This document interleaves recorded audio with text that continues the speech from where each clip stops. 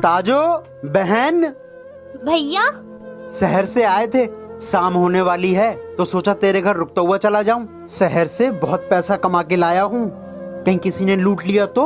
सही किया भैया, चलो मैं आपका बिस्तर कर देती हूँ, आप सो जाओ। सो जाओ भैया।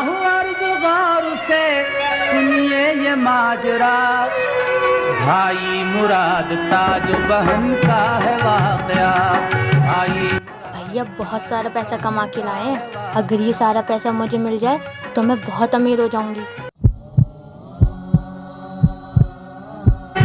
मारी कटार ताजों ने सीने में खींच कर, एक चीख मार कर वो हुआ खुद से बेखबर। ताजो, हाँ अम्मी। क्या भैया आया था?